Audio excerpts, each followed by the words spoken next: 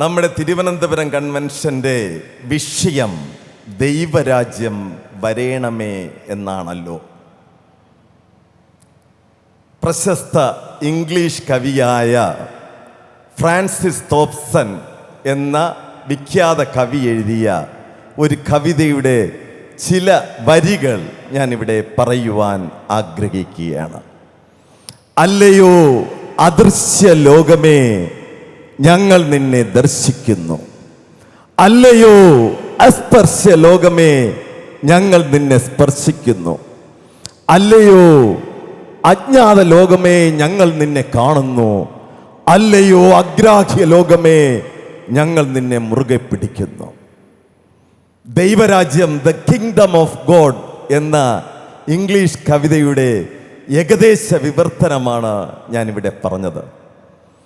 അദൃശ്യമെന്നത് ദർശിക്കുവാൻ കഴിയാത്തതെന്നും അസ്പർശ്യമെന്നത് സ്പർശിക്കാൻ കഴിയാത്തതെന്നും അജ്ഞാതമെന്നത് മറയായിരിക്കുന്നതെന്നും അഗ്രാഹ്യമെന്നത് മനസ്സിലാക്കുവാൻ കഴിയാത്തതും എന്ന് പറഞ്ഞിരിക്കുന്നത് ദൈവരാജ്യത്തെക്കുറിച്ചാണ്.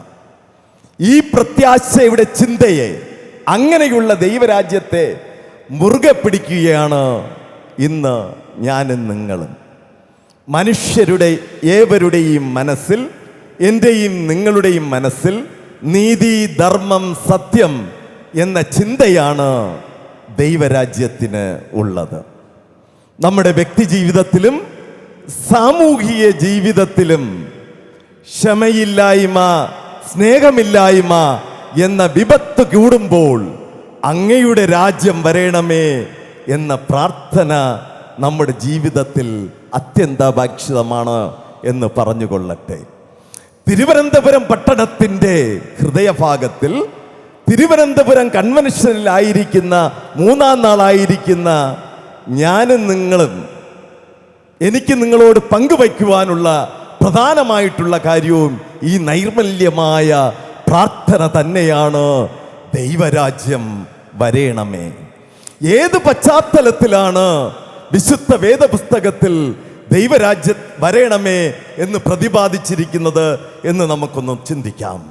മത്തായി എഴുതിയ സുവിശേഷം 6-ാം അധ്യായം അതിൻ്റെ 10-ാം വാക്യത്തിൽ അവിടെ യേശു കർത്താവ് തൻ്റെ ഗിരിപ്രഭാഷണത്തിൽ തൻ്റെ ശിഷ്യന്മാരോട് കർത്താവിൻ്റെ പ്രാർത്ഥന അവിടെ പഠിപ്പിക്കുകയാണ്.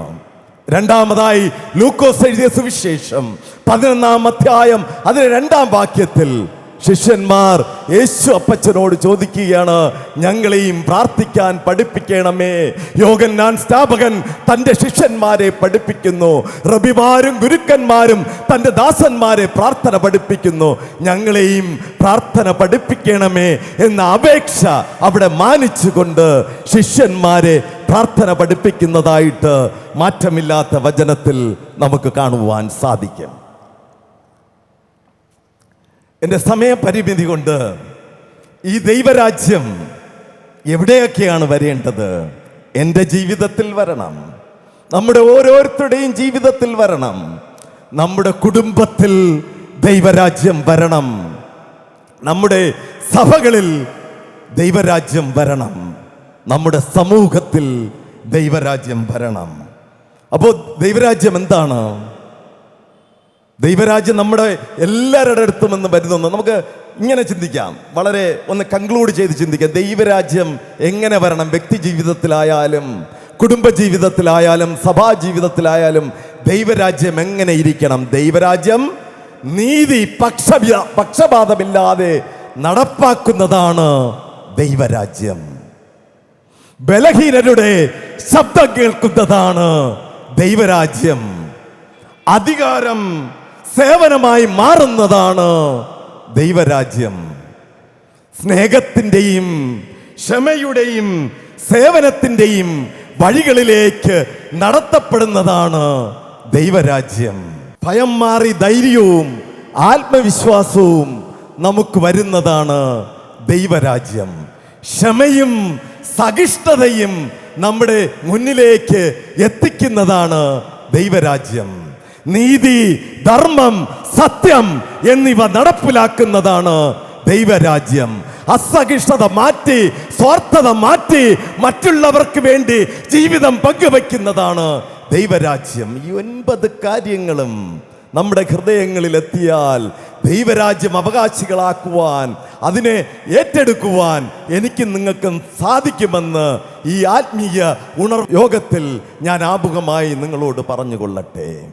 ക്രിസ്തുവിൽ പ്രിയരെ, നമ്മുടെ വ്യക്തി ജീവിതത്തിൽ ദൈവരാജ്യം വരുമ്പോൾ, നമ്മുടെ കുടുംബ ജീവിതത്തിൽ ദൈവരാജ്യം വരുമ്പോൾ, നമ്മുടെ സഭാ ജീവിതത്തിൽ ദൈവരാജ്യം വരുമ്പോൾ 2026 നമ്മുടെ മഹാ ഇടവകയിൽ തെക്കൻ തിരുവിതാംകൂറിന്റെ മണ്ണിൽ ജനസംഖ്യ കൊണ്ട് ഏറ്റവും പ്രാമുഖ്യമുള്ള, ഏറ്റവും കൂടുതൽ മിഷണറി പ്രവർത്തനം ചെയ്യുന്ന ഈ മഹാ ഇടവകയിലും ദൈവരാജ്യം നടപ്പിലാക്കേണ്ടതായിട്ടുണ്ട്.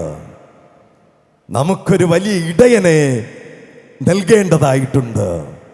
ആ വലിയ ഇടയൻ ദൈവത്തിൽ അധിഷ്ഠിതപ്പെട്ട ഒരു ഇടയനായിരിക്കേണ്ടതായിട്ടുണ്ട്.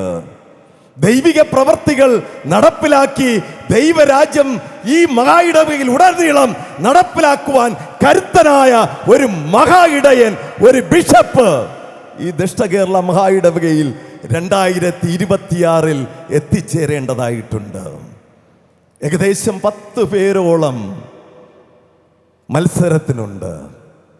നമ്മുടെ ഇനിയുള്ള ദിവസങ്ങളിൽ, ദിനംതോറുമുള്ള വ്യക്തി പ്രാർത്ഥനകളിൽ, നമ്മുടെ കുടുംബ പ്രാർത്ഥനകളിൽ, സഭാ പ്രാർത്ഥനകളിൽ, ദൈവമേ, ദൈവരാജ്യം ഈ മഹാസഭയിൽ ഉണ്ടാകണമെങ്കിൽ, നീതി പക്ഷപാതമില്ലാതെ നടപ്പിലാക്കണമെങ്കിൽ, അധികാരം സേവനമായി മാറണമെങ്കിൽ, ദൈവമേ, നമുക്കൊരു മഹാ ഇടയനെ തരേണ്ടത് അങ്ങാണ്.